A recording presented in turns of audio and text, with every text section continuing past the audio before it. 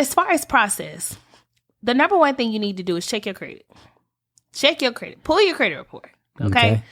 So many people, I cannot tell y'all how many people don't even know what their credit report, what's on their credit report, what their credit score is. So many people. And that's something that we have to change in our community. Right. Because credit, I go on now about credit. Tell me about it. We can go there. I'm trying to keep it straight in there. It gets deep with credit. Yeah. It gets deep with credit. Because why should I use my money if I could use your credit? There you go. Especially if I could use your money, flip your money. But okay. We call it OPM. Period. Yep. Like why? Why not? Mm-hmm. You know what I'm saying? Why would I use my money when I could use other people's money? Yes. Why would I do that? Right. So, and that's the same reason why I feel the way I feel about utilizing these programs, right? It's other people's money. Yep. Why would I pay a down payment if I could just take your money and keep my money? Talk about it. Especially if my payment gonna be the same. Mm-hmm. If my payment is gonna be $100 more, I don't care. Run it. Run it. Run me the credit. Run me the grants. Run it all to me. Run that 100% financing right now. Wow. So that's the number one thing you need to do. Check your credit. You got to check your credit. You got to know what's on your credit report. And usually I ask that question out the gate, right? Hey, do you know what your credit score is? Do you know what's on your credit report, right? Because I'm only asking that question. I'm not asking that question to be nosy. I'm asking that question because I need to see, do we got work to do or are we good? Mm-hmm. If we got work to do, I'm going to put the boots on. Let's go. Yeah. But if we don't have work to do, let's keep going, right? But I don't know how to help you unless I know where we at. And you don't know how to help yourself unless you know where you at too. So we need to see what's on your credit report, right? And I always recommend somebody get your credit monitoring service, right? It can be Identity IQ. It could be my FICO. It could be my free credit score now. Like, it's so many of them out there. Right. $25, $35. Like, and if you're not in a place where you can afford $25, $35 a month, you may need to slow down. Right. You know what I'm saying? This may not be the best move for you right now. And there's nothing wrong with that, right? Everybody has a season. I've been in seasons like that where I was like, I can't pay no more bills, right? Well, this may not be your season for home ownership, right? But $25, $35 a month, that should be something you're willing to do to invest in yourself. Mm-hmm. Period. So, see what's up with your credit report. See what's up with your credit score. That's number one. We need you to have a 620 or 640. You can get approved with a 580. However, now is not the time for you to be getting a loan with a 580. Okay. Period. Why so? The rates are up. Okay. Rates is up. And this ain't what you want to do. You need your score as high as you can, right? Really. But this is the benefit about some of those programs too, right? If you meet the requirements, let's just say the requirement is 640. Everybody get the same rate, whether you got a 640 or a 780. So a lot of times people are like, dang, I only got a 640. If you gonna utilize this program I'm talking about, you straight. It doesn't even matter. You're good either way. Right? Okay. So that's good to know. So you want to aim for 620, 640 because that's going to allow you to be able to see, okay, what all can I qualify for? Because we want to be able to see all the free money. Gotcha. You know, we want to be able to see who has what. Right. What can we utilize? Who got what that's outside the norm? How much free money can we get? Right. Hold that thought if you don't mind. I was actually curious about that. Is there a difference between having a 620, 640 compared to 720 and above, like in regards to like the interest rates and stuff like that? Absolutely. So absolutely, but not when it comes to this program. To some of these first time buyer programs. So it's the programs you need to be aware of. That's where it doesn't really matter. Okay. Yes, because now and you're gonna have options, right? Some people won't qualify for the program, right? Okay. Some people gonna make so much money. Some people, just won't qualify, right?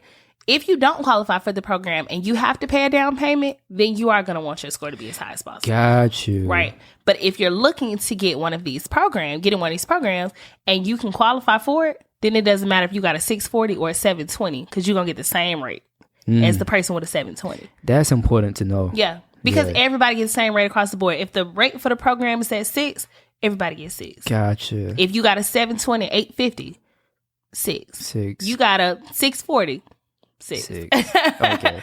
But if you're having to pay a down payment, then that's when you're going to want your score to be as high as you can, because that's when it's going to be a factor. So when you don't qualify for the program, that's when you got to pay that down payment. That's when your credit really truly plays a role. Correct. Gotcha. Yes. Thank you for clarifying. Absolutely. Gotcha. Absolutely. All right. Continue your thought. Yes. So that's the start. Credit is the biggest beginning. Get that in order first, right? And sometimes people get so discouraged just from the credit piece, right? They like, oh man, I ain't where I want to be. Like, credit is not permanent. You know what I'm saying? There's so much that you can do, and you know that. You know what I mean? Yes. But it's so much you can do to fix your credit. And people don't really understand that, you know, sometimes. So I want to make sure that I encourage anybody who's listening, like, make sure that you understand credit is not permanent. And it's so many ways around that thing right there. Okay. So. For sure. You know what I'm saying? That gotta drop that out there for sure. Okay. She ain't lying. Finessing is able. All right? Ultimately. Yeah. Yes. Listen, y'all. The finesse is possible. For sure. So that's number 1. Credit ain't permanent. All right. Okay. So we can fix that. Right. So that's number 1. I don't want anybody to feel like, man, my credit ain't. We can fix that. We can work on that. Right. So that's number 1. But we want to get you to a 620, 640. But one thing that makes a huge difference with your credit score, and you know this too, is your credit utilization. Credit cards, y'all. Credit cards can help you or they can hinder you. Yep. And I'm talking about, you could literally, your utilization can go from 30 to 31%, and your score could dramatically change. Talk about it. Just from that 1%. I had a client, I said, look, you gotta, the general rule is 30%. You got a $300 credit card, you need to keep your balance at $100. Meaning, hey, I got a credit card, I got up to $300 to spend on this card. Don't you spend 3. Right. Spend 100. Right. Spend 100. And when we say, you know, balance, we need that balance to be the balance that the credit bureau reports. We need them to say, okay, she has $300 to spend. She's only spending 100. Because what that does is it shows them, hey, they got access to this money, but they're not spending it. Right. And that's going to help your credit score. But the moment you get to spending a little bit over that, it's going to hurt your score. So make sure that you're also paying your credit cards down, or get somebody to add you on as an authorized user. Get somebody. And when I say authorized user, for people that don't know, when we add you on when you have someone to add you on as an authorized user, let's just say you got a grandparent, you got a mom, a dad, auntie, cousin, sister, brother, right? They got A1 credit. They're willing to do anything to help you succeed. Okay. They want you to get your house. I'm going to go to my auntie and say, auntie, I really need your help. Right. I'm trying to get this house, and I got to make sure my credit is in the best possible place.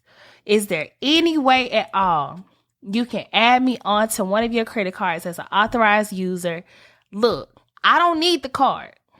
I will not have access to your card. I'm not going to do nothing with your account. It's just allowing me to piggyback off your credit. That's all it's allowing me to do, to basically, you know, get to benefit off of your credit. But I don't got access to none of your stuff. Right. I ain't got to have none. I don't have the card. I ain't got to have none of that. Your auntie might say, she love you. She might say, yeah, you sure you ain't got the card? You sure you ain't got that card? Right. But she might do it. Right. And if she does, let's just say auntie got a $20,000 line of credit. Let's say auntie got $10,000 line of credit, right? That shows up on your credit report as well. And that can boost your credit score. Just like that. That's a gem, quick. Y'all. That's a gem. Quick. That's a gem. So if you like, I don't have a credit card. You got an auntie? You got a grandma? Dad, mom, sister, brother, cousin? You trust them? They trust you? Let's run it. And if you want me to call them and talk to them, I done did that before. Like, I'll explain it. I'll tell y'all what it is. Don't worry. Yeah. I'll see a few articles and everything. Just know what it is, right? So you feel comfortable for yourself, right? You make the determination. But even if you can't get them to do it, you can also buy trade lines. Like, you can pay for, credit building accounts. Like, there's so many ways to build it. So, but that's number one. Make sure that you are, A, getting your credit in order, but B, keeping your utilization down on your cards. And if you don't have any credit cards, you need to either get a credit builder account or you need to get a credit card. Gotcha. Period. Because you need to be able to show. That's another problem within our communities. So many times people pay cash for everything. Like, I had a couple clients. I'm like, bro, you ain't got nothing in your name? Nothing. He's like, no, man, I ain't. All I've been doing is paying cash. I'm like, forever on everything? You ain't got a Hulu account, Netflix, nothing.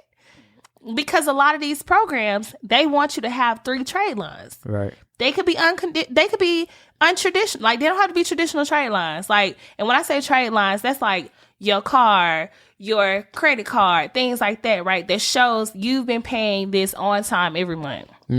But they'll take non-traditional trade lines like a Hulu account, a Netflix account, car insurance, phone bill. But if you don't got nothing at all, it make it hard then. You get what I'm saying? So make sure that you're also building up those accounts, right? If you don't already have them, start building up those accounts. Gotcha. But you don't have to have those to qualify, right? But it helps you because it allows you to qualify for these programs, for sure. The next thing you want to do is, I would personally say, I would save $2,500 just to be on the safe side. You know what I'm saying? Because you may not have to spend it, right? But you still got to pay some earnest money up front, right? That's going to be your security deposit, essentially. You probably going to get it back. Yeah. You might get it back. But you got to pay it up front. What is earnest money? Earnest money is like a security deposit. Security deposit. It's basically like showing that seller, hey, I'm serious about buying your house. And it doesn't go into their pocket. It gets held in an account before you close at either my brokerage or the other brokerage or the attorney's office, but they hold it and they basically apply that money towards your down payment or your closing costs. Okay. Yeah. Gotcha. But that's why I say, if you don't have a down payment, you don't have closing costs, you can get that money right back because there's nothing for it to be applied to. Gotcha. You already got the money anyway there. Yeah. So, all right, y'all don't need this no more. I'm gonna just get this back. Give my money back. Right, let me get that back, right? All right. So, but because you got to pay it up front, right? You want to have that $1,000 put, and that's a negotiable thing. It could be as low as $250 or $500, right?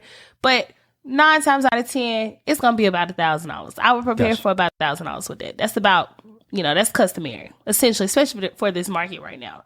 And then, like I said, you're still going to have some inspections that you need to pay for, stuff like that, right? Just to make sure that the house is not about to break down on you, right?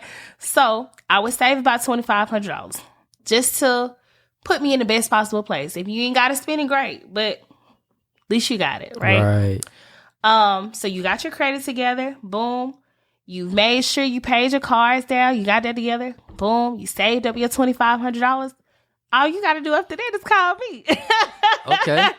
It's that simple. Okay. You call me. We connect you with the lender, right? Because we want to make sure that we connect you with the lender that's going to be able to get you approved with some of these programs, right? Boom. We connect you with the lender. We get you qualified. Once we get you qualified, we start shopping. Start shopping. You find a house. You say, ooh, you know what? This is it. We say, all right, let's do it. We write the contract.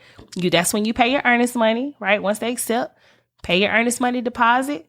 We do all the inspections to make sure the house ain't gonna fall apart. Right. The bank do their side. Make sure they do their little back end work. They may ask you for some documents. I need this. I need that. They're gonna make sure they do a title search. Make sure there's no liens or anything like that. Close. Do your walkthrough. Close, and that's it.